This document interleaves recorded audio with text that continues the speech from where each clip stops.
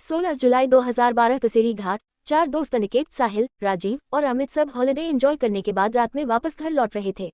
अमित, अरे यार कब ये रास्ता खत्म होगा, 2 घंटे से इसी रास्ते पर भटक रहे हैं, बैठे बैठे कमर में मोचा चुकी है। राजीव, हाँ यार साहिल, तुझे इस रास्ते के बारे में पता भी है या ऐसे ही गाड़ी को भगाया जा रहा है? साहिल, पता नहीं यार, दिन में तो ये रास्ता जल्दी कट जाता है, ना जाने इस वक्त ऐसा क्या हो रहा है। और वैसे भी मैं रात में कभी इस रास्ते से सफर नहीं किया, दिन में 2 से 3 बार यहाँ से गुजरा हूँ, रात का एक्सपीरियंस तो मुझे भी नहीं है। आपस में बात ही कर रहे थे कि तभी उन्हें पीछे से एक ट्रक की तेज हॉर्न सुनाई देती है। वो गाड़ी लगातार इनकी गाड़ी को ओवरटेक करने की कोशिश कर रही थी। अमित, कैसा ड्राइवर है, पीकर गाड़ी चला रहा है क्या? इतने में उस ट्रक ने इनकी गाड़ी को एक तेज टक्कर दी और लगातार हॉर्न बजाता रहा। अनिकेत, साहिल साइड दे उसको, वरना ऐसा लगता है कि ये हमें मारने के इरादे से आया है। साहिल उस ट्रक को साइड दे देता है और वो गाड़ी सीधा आगे निकल जाती है। साहिल, तुम लोगों ने उस गाड़ी को देखा? ऐसा लग रहा था कि जैसे खंडर से निकाला हो, ऐसा लगता है 200 साल पुरानी ट्रक है।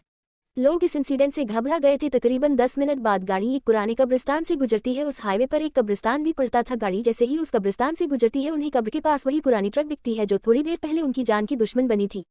राजीव, साहिल गाड़ी रोक, वो देख। अमित, अरे ये तो वही ट्रक है जिसने हमें परेशान कर दिया था। साहिल, मुझे लगता है कि हमें एक बार जाकर देखना चाहिए कि बात क्या है।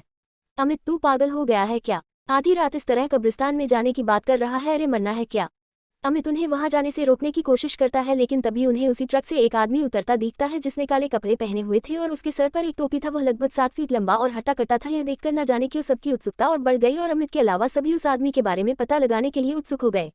सभी उस आदमी के पीछे जाते हैं और अमित को भी मजबूरन उन तीनों के साथ जाना पड़ता है। चारों जब उस ट्रक के दीवार के पास पहुंचे तो उनका दिल बैठ गया। उन्होंने जो देखा उसे देखने के बाद उनके रोंगटे खड़े हो गए। उन्होंने देखा कि एक ट्रक ड्राइवर कब्र खोदकर लाशों को निकाला और उसे बेरहमी से खाया जा रहा था। वह जिस्म के हर एक अंग को निकालकर गंदी तरह से खाया जा रहा था। अनिकेत भाई, ये कौन सा राक्षस है? निकलो यहाँ से जल्दी से। हड़बड़ाहट में सब वहां से एक साथ भागे, लेकिन अमित इतना डरा था कि वह हिल भी नहीं पाया। कदमों की आवाज सुनकर उस शैतान को पता चल गया कि कोई उस पर नजर रख रहा है। वह जैसे ही पीछे पलटा, उसे वह 3 लड़के भागते और एक वहां खड़ा दिखा। वह शैतान अमित के करीब पहुंचा और उस शैतान ने सीधा अमित के गले पर वॉर किया और एक ही वॉर में अमित की दर्दनाक चीख निकली और इसके साथ ही अमित की वही मौत हो गई। यह तीनों तेजी से गाड़ी की तरफ भागने लगे और गाड़ी के पास पहुंचे और गाड़ी में बैठ गए। वह शैतान अब तक उनके पीछे नहीं भागा था, बल्कि दूर से ही खड़ा उन्हें घूर रहा था। साहिल गाड़ी स्टार्ट करने की पूरी कोशिश कर रहा था, लेकिन उसकी कार स्टार्ट ही नहीं हो रही थी। तभी वह दूर खड़ा शैतान धीरे धीरे उनके तरफ बढ़ता है और वह लगभग गाड़ी के नजदीक पहुंच गया था। तभी गाड़ी स्टार्ट हो गई और तेजी से साहिल गाड़ी को आगे बढ़ाने लगा।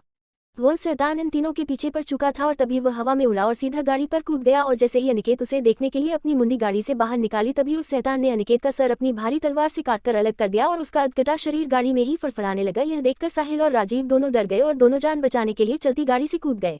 वे दोनों घास के मैदान में गिरे, जिससे उन्हें कम चोट आई। वे दोनों सांस दबाए घास में लेटे रहे, लेकिन उनके डर को उस शैतान ने महसूस कर लिया और फिर शैतान को राजीव एक कोने में दिखा। तभी वो शैतान अपने लंबे नाखून और धारदार तलवार से राजीव पर वार किया, जिससे उसकी दर्दनाक चीख निकल आई और उसकी मौत हो गई। उस शैतान ने साहिल को नहीं देखा था और साहिल भी राजीव की मौत के वक्त वहां से निकल चुका था, जिसकी वजह से वो बच गया। उस रात कसेरी घाट हाईवे पर जो भयानक हादसा उनके साथ घटा, उससे सभी को ये सीख लेनी चाहिए कि अंधेरी रातों में भूतिया रास्ते से गुजरने का अंजाम कितना खौफनाक हो सकता है। कहते हैं उस भूतिया सड़क की कहानी में कोई शैतान है जो हर रात 12 से 3 के बीच अपने पुराने खतरनाक ट्रक से अपने शिकार का पीछा करता है और उसे मरकर कब्रिस्तान में दफन कर देता है और अगली रात उसे कब्र से निकालकर उसके जिस्म के टुकड़ों को खाता है, जिससे वो अमर रह सके।